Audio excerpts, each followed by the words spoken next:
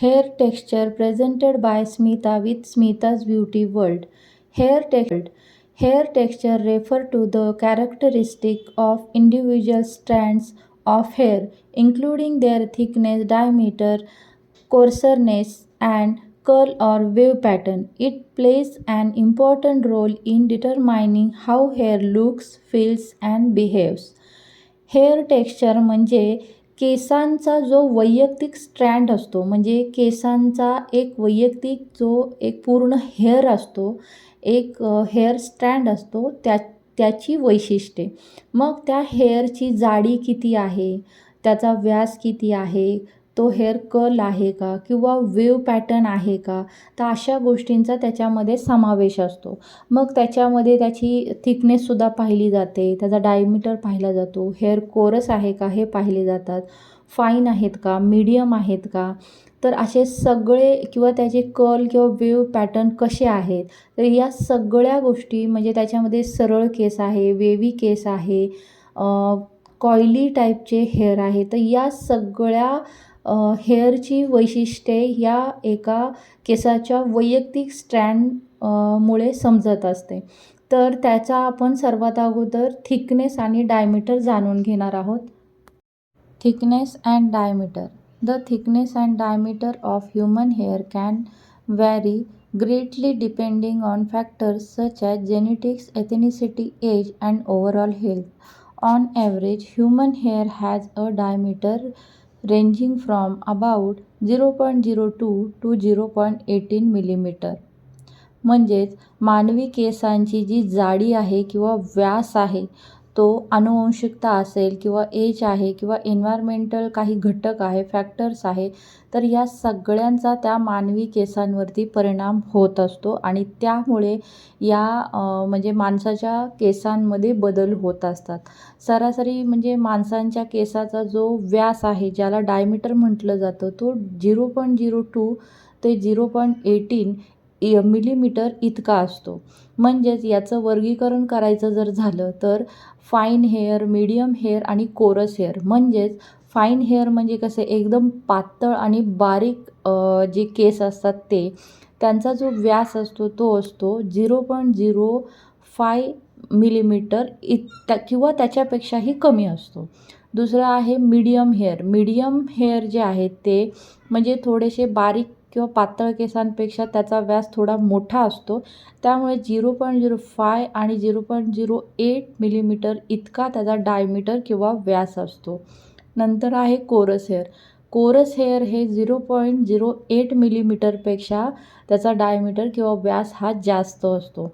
म्हणजेच याच्यामध्ये केसांची जी थिकनेस आणि डायमीटर किंवा म्हणजे याला जाडी, थिकनेस म्हणजे केसाची जाडी किती आहे आणि व्यास म्हणजे त्याचा डायमीटर किती आहे, तर या दोन्हीही गोष्टी आनुवंशिकता, एज फॅक्टर आणि जे काही एन्व्हायरमेंटल चेंजेस असतात किंवा आरोग्याशी निगडीत जे काही घटक असतात, त्यामुळे या केसांचा जो व्यास आहे तो चेंज होत असतो.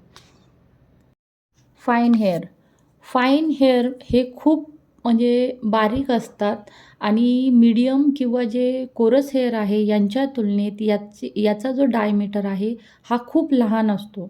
म्हणजे 0.05 मिलीमीटरपेक्षासुद्धा याचा कमी डायमीटर असतो, म्हणजे कमी व्यास असतो आणि त्यामुळे हे केस खूप पातळ असतात. पातळपणामुळे कधीकधी हे केस खूप म्हणजे ब्रिटलसुद्धा होऊ शकतात किंवा मग हे नाजूक दिसतात आणि याच्यामध्ये व्हॉल्यूमसुद्धा नसतो, कारण हे खूप पातळ असतात. त्यामुळे ते पूर्णपणे असे सपाट आणि ब्रिटल टाईप दिसतात. कधीही इतके पातळ असतात की ते कधीही तुटू शकतात. त्याच्यामध्ये आर्द्रतेचं प्रमाण कमी असतं आणि जर स्टायलिंग करायचं झालं तर या केसांवर तुम्ही स्टायलिंग करू शकता.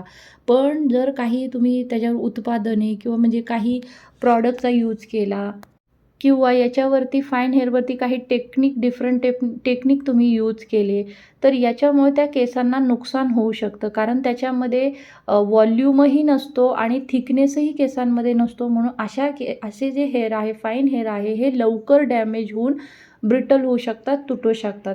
यांचा जो मेंटेनन्स आहे, यांना खूप काळजीपूर्वक असं हाताळणं गरजेचं आहे. कारण यांची तुटण्याची शक्यता ही जास्त असते. त्याच्यासाठी तुम्हाला स्टायलिंग करताना किंवा रेग्युलर तुम्ही त्या क्लायंटला सजेस्ट करणं गरजेचं आहे, की जे कोंब आहेत किंवा सॉफ्ट ब्रश वापरणं गरजेचं आहे.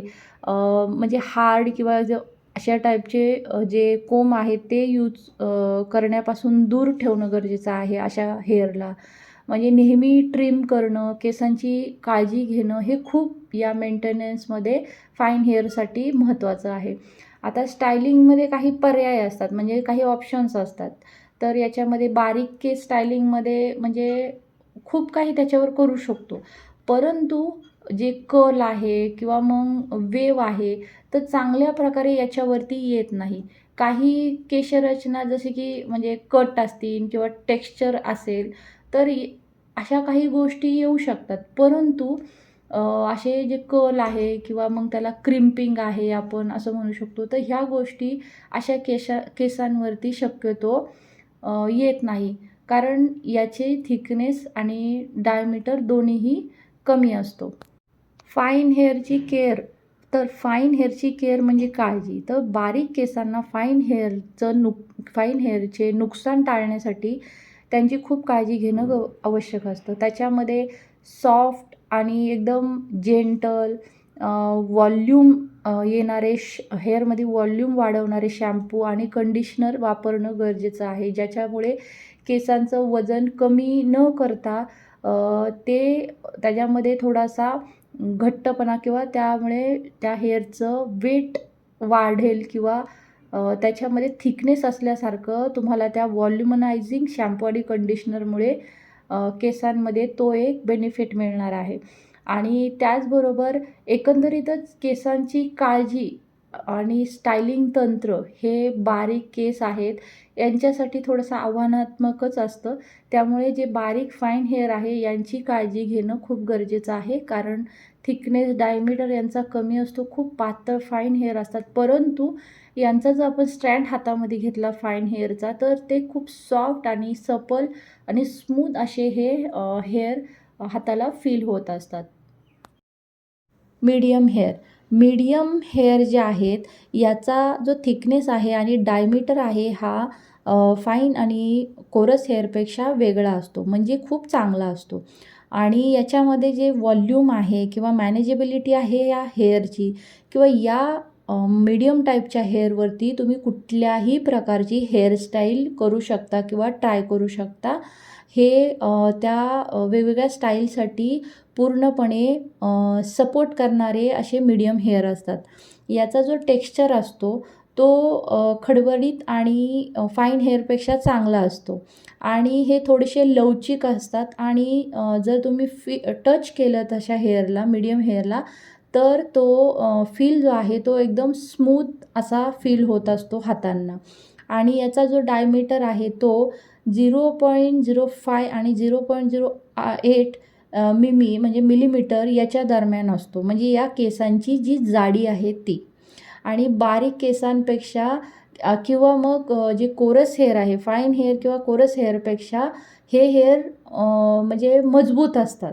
आणि त्याचबरोबर स्टायलिंगसाठी खूप छान असा हा पर्याय आहे. जर तुम्हाला स्टायलिंग ट्राय करायची असेल किंवा स्टायलिंग तुम्ही जास्तीत जास्त मीडियम हेअरवरती करू शकता. कारण असे हेअर त्या स्टायलिंगला पूर्णपणे सपोर्ट करतात. कारण त्याच्यामधील डायमीटर आहे, व्हॉल्यूम आहे, मॅनेजेबिलिटी आहे किंवा मग स्टायलिंगची वर्सॅटिलिटी आहे ती खूप छान असते.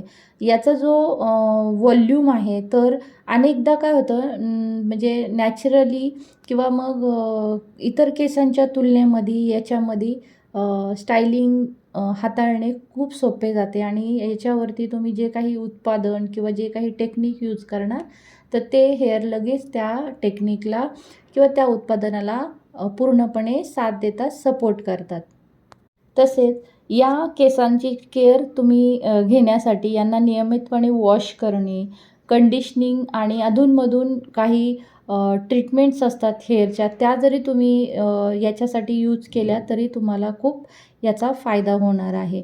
आणि जे मेंटेनन्स आहे किंवा स्टायलिंगचे आपण पर्याय म्हणू शकतो या हेअरसाठी, तर इतर केसांपेक्षा या जे काही हेअर आहेत याच्यामध्ये कट्स असतील, हेअर कट आहे, बॉब आहे, पोनीटेल आहे, म्हणजे वेणी ज्याला म्हणतो, तर अशा टाईपचे सुद्धा तुम्ही जे स्टायलिंग आहे कारण ते करू शकता. कारण हे हेअर एकदम लवचिक असतात, त्याच्यामुळे यावरती कुठल्याही प्रकारची हेअरस्टाईल करू शकता तुम्ही.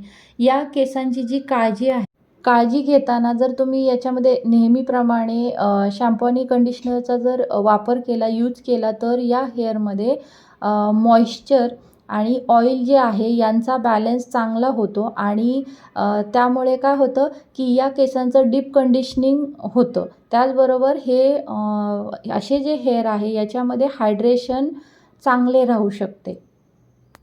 म्हणजेच जर स्टायलिंगसाठी पर्याय म्हणून तुम्ही निवडणार असाल किंवा स्टायलिंगसाठी जर तुमच्याकडे मीडियम टाईपचे हेअर आले, तर नक्कीच तुम्हाला या हेअरवरती चांगल्या पद्धतीने तुम्हाला हवी तशी स्टायलिंग करता येणार आहे. Coarse hair.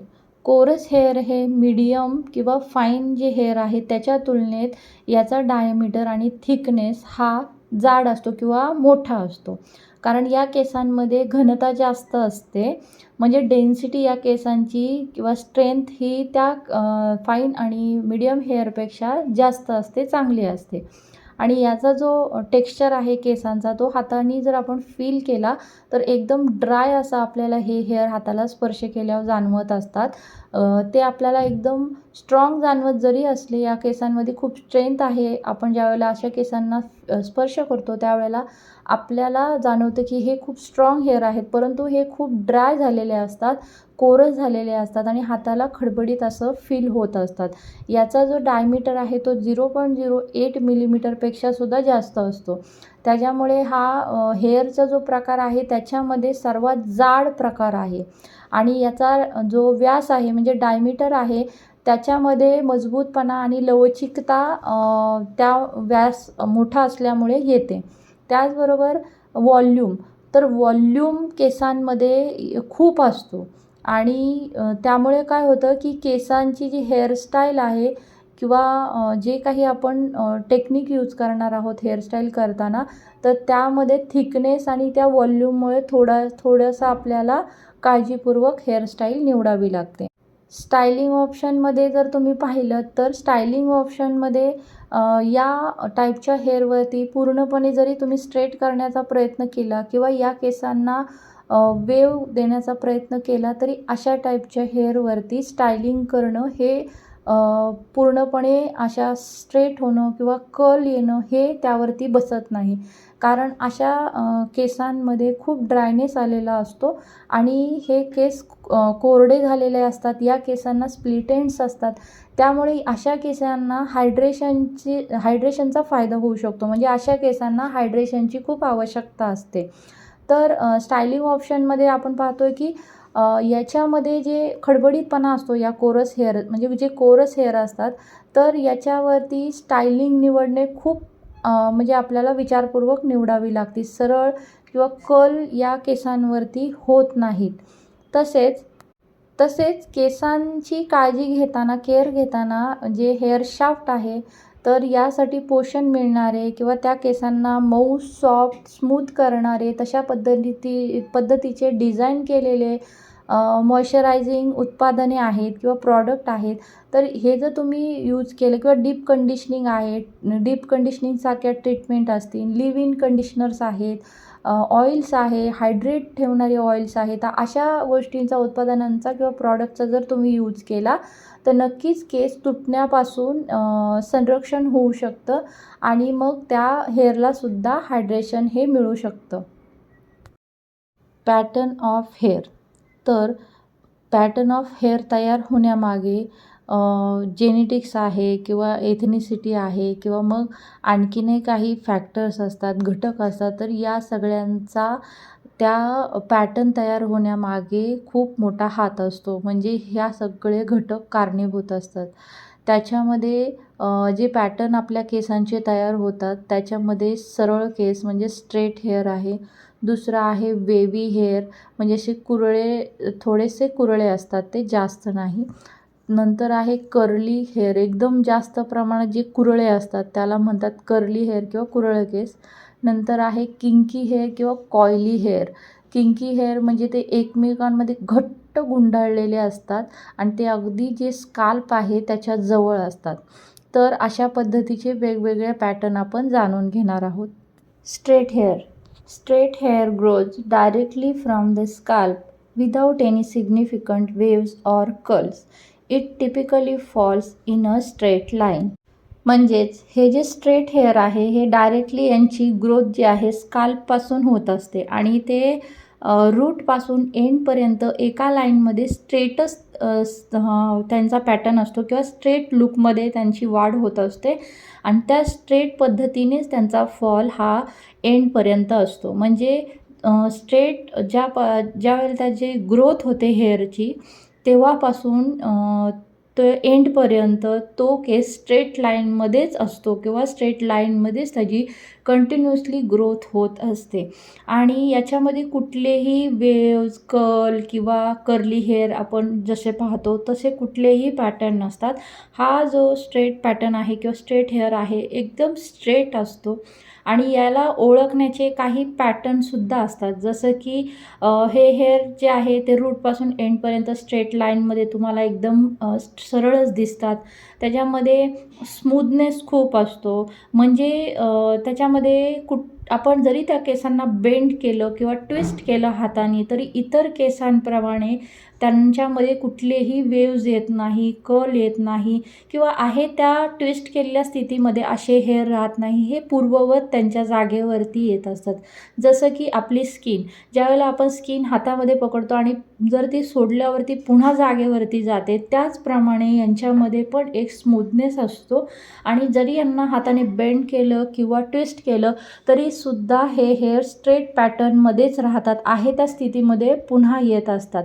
त्याचबरोबर या केसांमध्ये एक शाईन असते, ज्यामुळे या केस असे रिफ्लेक्ट होतात किंवा त्यांच्यावरती लाईट आहे तर ती लाईट अशी रिफ्लेक्ट होते. हे त्याचे ओळखण्याचे एक म्हणजे पॅटर्न आहे. त्याचबरोबर याच्यामध्ये ईज ऑफ स्टायलिंग, म्हणजे एकदम सोप्या पद्धतीने सुलभतेने तुम्ही याच्यामध्ये काय करू शकता, स्टायलिंग करू शकता. कारण याचा फॉल हा स्ट्रेट आहे किंवा त्याचं टेक्स्चर आहे तसं, त्यामुळे नॅचरलीरित्या तुम्ही याच्यावरती स्टायलिंग करू शकता. त्याचबरोबर याच्यामध्ये एक अशी गोष्ट आहे की या केसांमध्ये लॅक ऑफ व्हॉल्यूम असतो, म्हणजे व्हॉल्यूमची कमतरता असू शकते. म्हणजे याच्यामध्ये कंपेअर केलं इतर केसांबरोबर किंवा इतर पॅटर्नबरोबर तर या केसांचा जो व्हॉल्यूम आहे हा कमी असतो आणि त्याचबरोबर हे हाताला जर स्पर्श केले तर हे केस थोडेसे लिंब असे आपल्याला वाटू शकतात. म्हणजे एकदम ते सपाट असतात, स्ट्रेट असतात, त्याच्यावरती कुठलाही असा एक थर नसतो.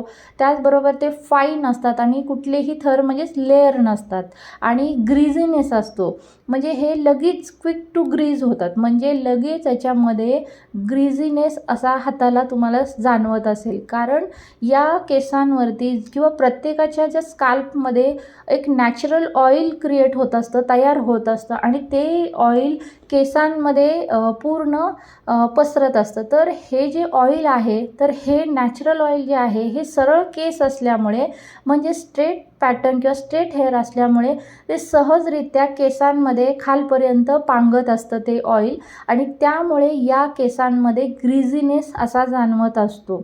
म्हणजेच हे थोडेसे ओलसर असे ऑइली असे तुम्हाला हाताला स्पर्श केल्यावरती जाणवू शकतात. Wavy hair.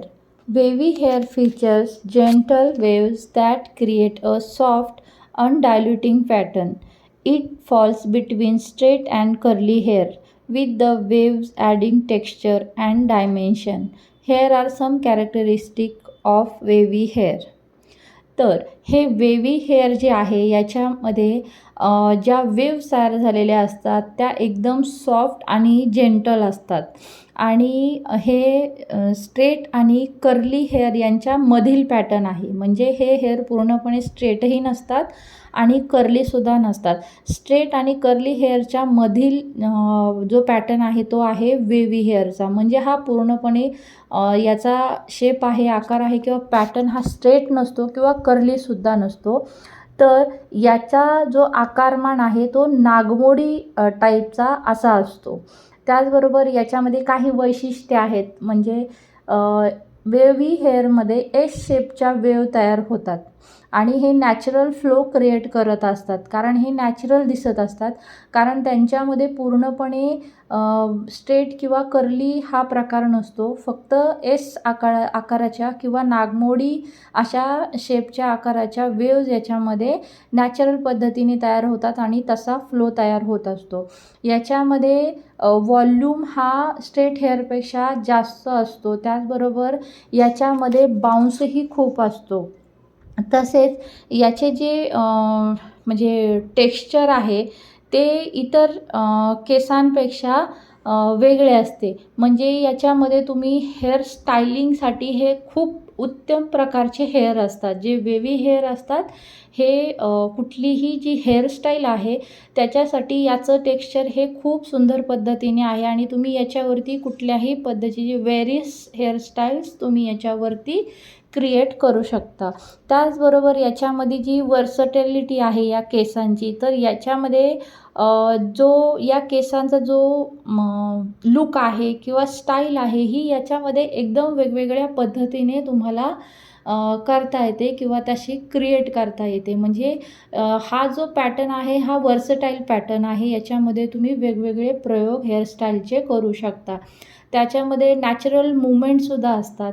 म्हणजे याच्यामध्ये जे हेअर आहे ते असे तुम्ही पाहू शकता की अनेकदा जे नैसर्गिक किंवा नाही का आरामदायक अशा ज्या हेअरस्टाईल असतात किंवा केअरफ्री जरी तुम्ही राहिलात या केसांसंदर्भात तरीही तुम्हाला काहीही प्रॉब्लेम येणार नाही. याच्यामध्ये ॲटोमॅटिक नॅचरल मुवमेंट असते या वेव्ही हेअरमध्ये आणि त्यामुळे दिवसभर जरी ह्या हेअरला एका हेअरस्टाईलमध्ये जरी तुम्ही ठेवलं तरीसुद्धा ते ॲब्झॉर्ब करून घेतं आणि तशा पद्धतीनेच ते नॅचरल मुवमेंट घेत असतं.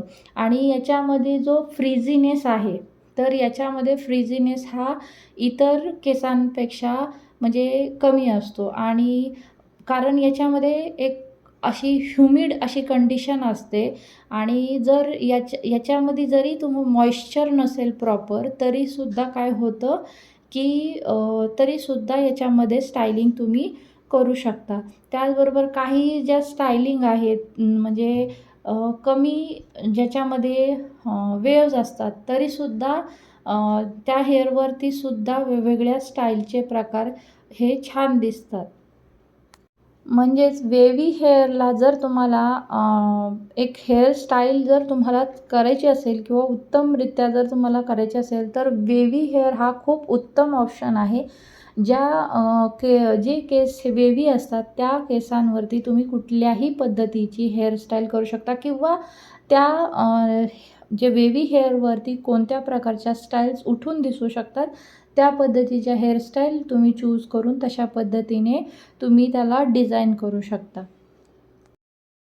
कर्ली हेअर फीचर्स स्पायरल और ringlet shape curls ranging from loose to tight coils. म्हणजेच जे कर्ली हेअर आहे ज्याला जास्त जे कुरळे केस असतात तर त्याला कर्ली हेअर असं म्हटलं जातं आणि यांच्यामध्ये स्पायरल टाईपचे किंवा रिंगलेट आकाराचे कर्ल असतात. म्हणजे गोल टाईप थोडेसे कर्ल असतात. ते सैल आणि घट्ट अशा दोन्ही प्रकारामध्ये येत असतात. त्यांना कॉइल्स असं सुद्धा म्हटलं जातं.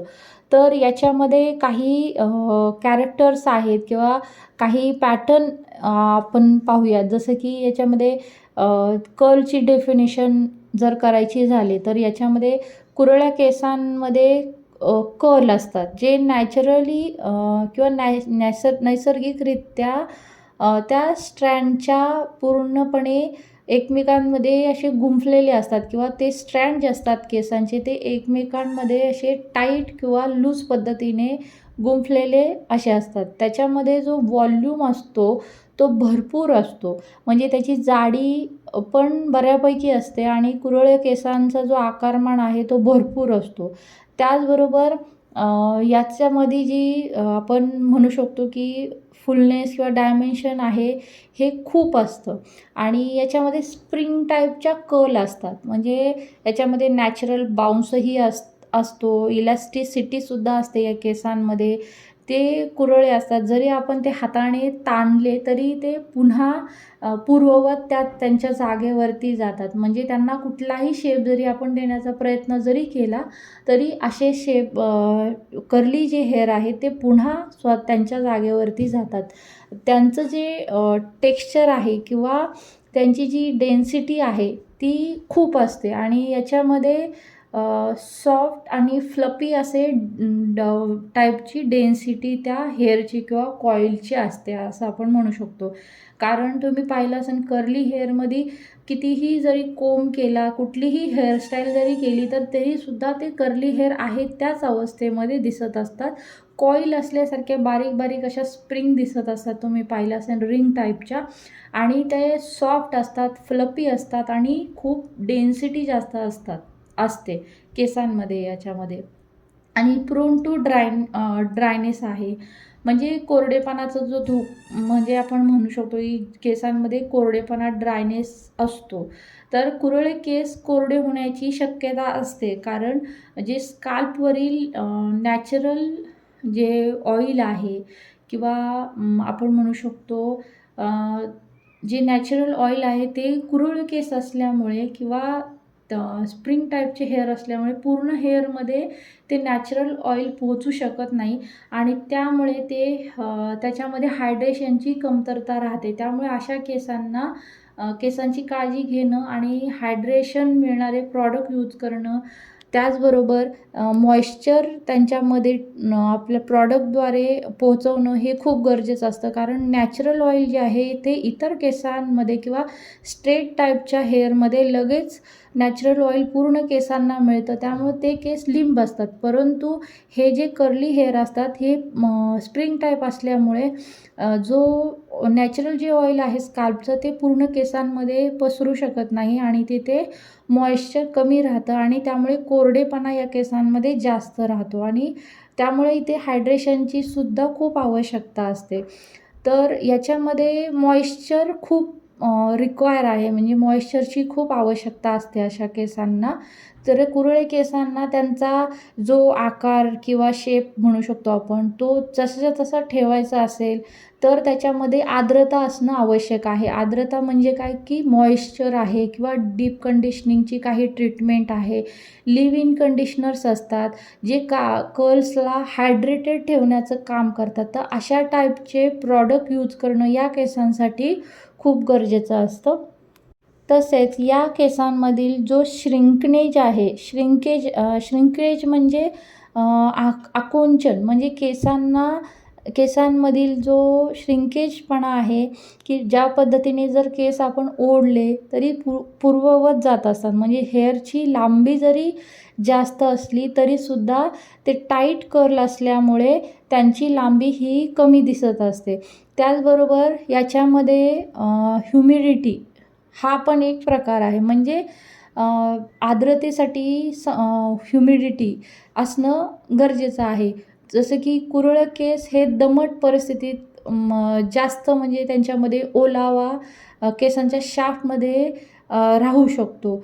म्हणजे बाकीचे जे हेअर आहे तर तिथे थोडंसं कमी आहे, परंतु स्काल्पच्या जवळचा जो एरिया आहे तिथे एक ह्युमिडिटी जाणवत असते. त्याचबरोबर याच्यामध्ये काय होत असतं की ही जी कर्लीनेस आहे किंवा कर्ल आहे हे एक्सपांड होत असतात आणि त्याचबरोबर हे पांगत असतात. परंतु याच्यामध्ये लूज आणि घट्ट अशा दोन्ही प्रकारचे कर्ल असतात आणि स्टायलिंग याच्यामध्ये वेगवेगळ्या प्रकारचे आपण स्टायलिंग यूज करू शकतो. आणि याच्यामध्ये शॅम्पू आहे, ट्विस्ट आऊट अशा टाईपच्या आहे. म्हणजे ज्या किंवा मग आपण म्हणू शकतो ब्रेड आउट्स आहेत. अशा टाईपच्या ज्या हेअरस्टाईल आहेत त्या याच्यावरती आपण करू शकतो. परंतु जे केसांचे पॅटर्न असतात त्याच्यानुसार तुम्हाला ज्या हेअरस्टाईल आहे त्या जर तुम्ही चूज केल्या, निवडल्या, तर नक्कीच त्या केसांवरती छान पद्धतीच्या हेअरस्टाईल्स तुम्ही करू शकता. Kinky hair. Kinky hair grows tightly coiled or zigzag shape. This pattern is common among individuals of African descent and is characterized by its dense texture and high shrinkage factor. Kinky hair features tight, coiled curls that forms close to the scalp. म्हणजेच जे kinky hair आहे हे एकदम tight असतात, गुंडाळलेल्यासारखे curls असतात जे पूर्ण घट्ट असतात आणि ते टाळूच्या जवळ म्हणजे स्काल्पच्या जवळ त्यांची ग्रोथ होत असते. याच्यामध्ये काही प्रकार आहेत किंवा वैशिष्ट्ये आहेत, जसं की टाईट कॉइल्स, घट्ट कॉइल्स.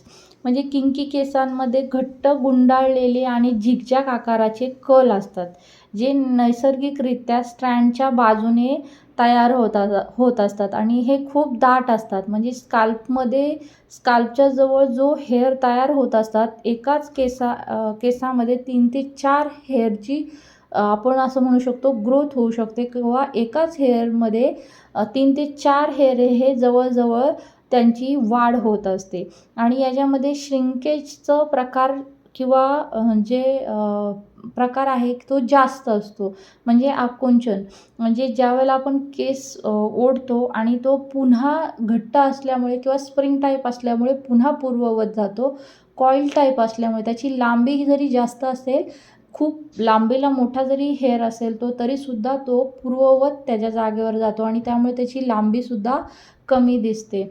आणि याच्यामध्ये व्हॉल्यूम हा खूप असतो, घनता जास्त असते या केसांमध्ये. त्याचबरोबर याचं जे टेक्स्चर आहे ते फ्लफी असतं आणि बारीक असतं. त्याचबरोबर खडबडीत असतं. खडबडीत म्हणजे ते कोरससुद्धा असू शकतात असे हेअर. आणि याच्यामध्ये कोरडेपणासुद्धा खूप असू शकतो. या केसांना कोरडे होण्याचं कारण हे आहे की कर्ली आणि किंकी या दोन्हीही केसांमध्ये कर्लीनेस आणि जो प्रकार आहे हेअरचा, याच्यामध्ये कॉईल टाईपचे, गुंडाळलेल्या टाईपचे कर्ल्स असतात गोल गोल. आणि जे आफ्रिकन लोकांचे हेअर असतात त्यालाच किंकी हेअर असं तुम्ही म्हणू शकता, कारण तोच किंकी हेअरचा पॅटर्न आहे. आणि यामध्ये काय असतं की जे नॅचरल ऑइल आहे त्या पूर्ण केसांपर्यंत पोहोचत नाही आणि असे हेअर हे कोरस होतात, तुटण्याची शक्यता असते आणि याच्यामध्ये हायड्रेशनची खूप कमतरता असते. या केसांना मॉइश्चरची खूप आवश्यकता असते, कारण त्यामुळे केसामध्ये एक हे ड्रायनेस येऊन ते केस तुटण्याची शक्यता असते. आर्द्रता याच्यामध्ये आवश्यक आहे.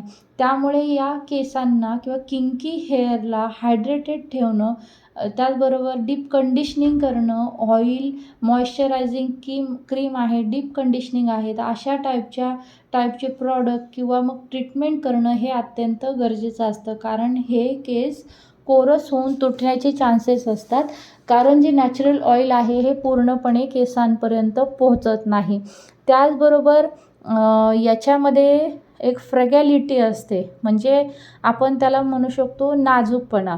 म्हणजे केसांचे जे असे पट्टे तयार होतात आणि त्यामुळे काय होतात, हे केस नाजूक असतात, तुटण्याची जास्त शक्यता असते.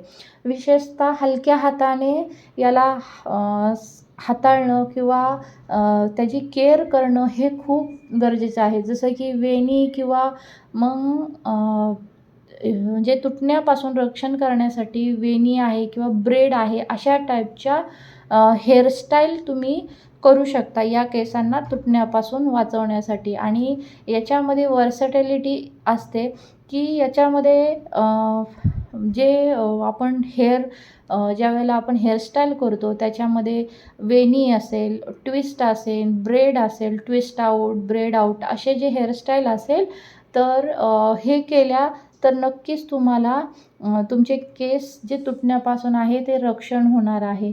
आणि या किंकी हेअरमुळे काय होतं की तुम्ही याच्यावरती वेगवेगळ्या हेअरस्टाईल करू शकता, परंतु तुम्हाला त्या पद्धतीच्या हेअरस्टाईल निवडणं हे खूप गरजेचं असतं.